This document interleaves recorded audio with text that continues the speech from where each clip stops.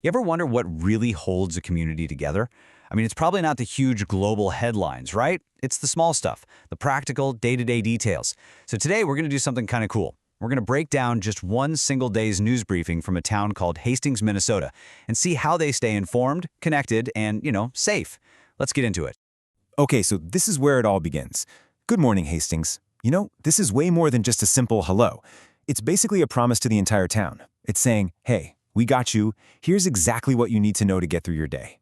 Just this one sentence. It's like our little window into the life of this town on a cold Thursday in January. So what does a town actually need to know to get through a winter Thursday? I mean, that's the big question here, right?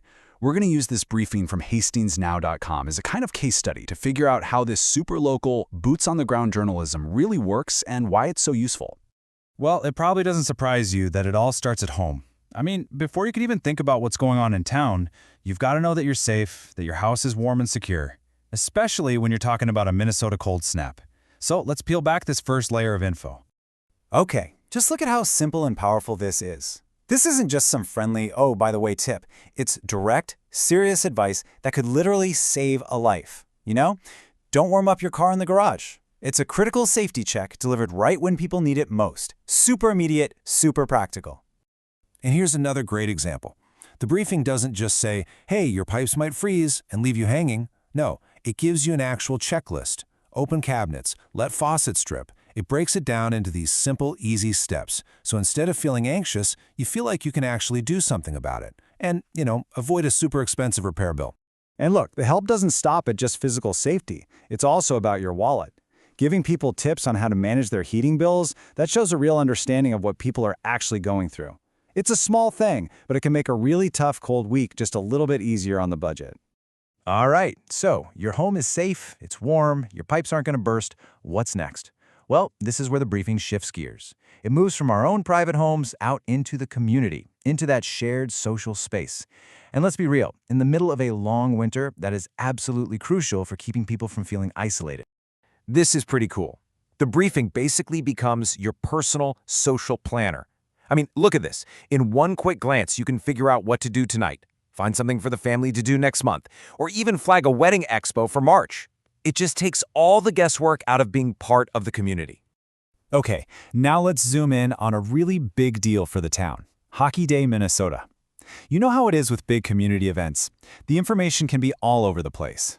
Well, the briefing's job here is to be the central hub, the one-stop shop, the playbook that gets everybody on the same page. But wait, there's one huge question on everyone's mind.